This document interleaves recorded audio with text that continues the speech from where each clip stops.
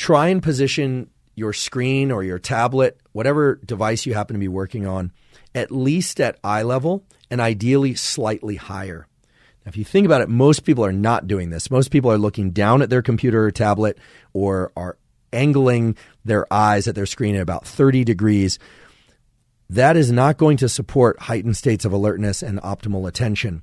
In fact, the opposite relationship between eye position and alertness is also true. When we look down, when our eyelids are slightly closed, it tends to decrease our levels of alertness, of sleepiness.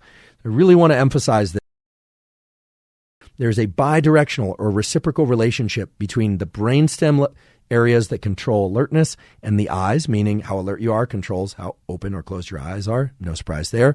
But also that how open and upward directed your eyes are will increase your levels of alertness. And if your eyes are pointed downward and your eyelids are hooded, like they're slowly closing, like Costello's always are, you'll feel more sleepy, especially if you're somebody who tends to have that mid-morning sleepiness. Or primary objective early in the day is to get into a mode of being focused yet alert.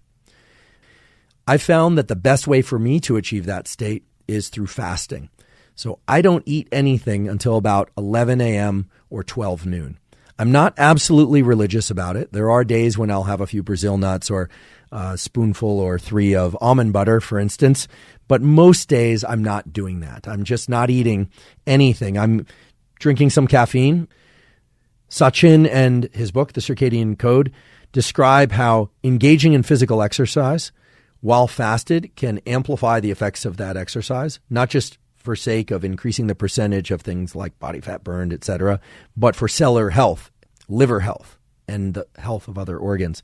In order to be able to focus on exercise or work or anything else, you need sufficient electrolytes. And so many people find that if they simply ingest some water with salt, maybe a 99 milligram potassium tablet, all of a sudden they feel very mentally clear and able to do physical work and mental work.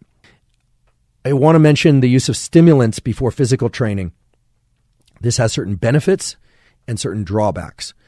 The benefits are sometimes it can facilitate motivation because things like caffeine can increase the release of dopamine, can increase the release of epinephrine, can reduce that adenosine level in the bloodstream. So some people use caffeine before training in ways that benefit them. It can also increase fat oxidation and kind of fat metabolism and things.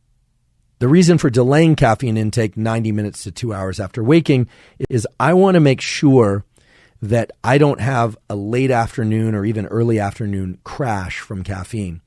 One of the best ways to ensure a caffeine crash is to drink a bunch of caffeine, block all those adenosine receptors, and then by early or late afternoon, when that caffeine starts to wear off and gets dislodged from the receptors, a lower level of adenosine is able to create a greater level of sleepiness. It took me years to figure this out. At least I don't experience that crash unless I do something foolish like ingest far too much food at lunch or I stay up all night the night before.